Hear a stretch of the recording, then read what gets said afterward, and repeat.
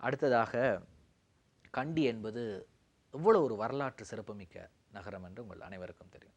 கண்டி என்றாலே ஸ்ரீ தலதா மாளிகா இருக்கின்றது, பேராதனிய பூங்கா இருக்கின்றது, மிக பெரிய வைத்தியசாலை இருக்கின்றது. அது மட்டும் இல்லாமல் புராதான பல விடயங்கள் கண்டியில் இருக்கின்றது. ஆனால் கண்டியில் நடக்கும் ஒரு அவலம் தொடர்பாக ஒரு செய்தி வந்திருக்கின்றது.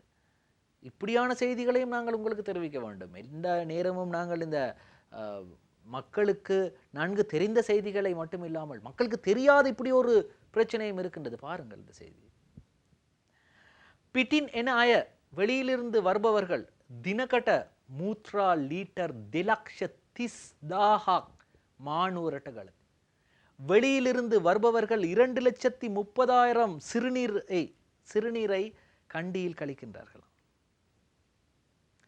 இந்த சிறுநீர் கழிப்பதற்காக இவர்களுக்கு சரியான மலசலக்கூட வசதிகள் இல்லை.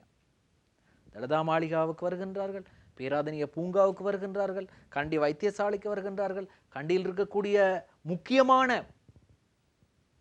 நிறுவனங்கள், முக்கியமான அரச நிறுவனங்களுக்கு வருகிறார்கள். இவர்களுக்கு சிறுநீர் கழிப்பதற்கான இடங்கள் சரியாக இல்லாத காரணத்தினால் இவர்கள் அங்காங்கே கிடைக்கக்கூடிய இடங்களில், பாதைகளில், வீதிகளில் சிறுநீரை கழிக்கின்றார்கள்.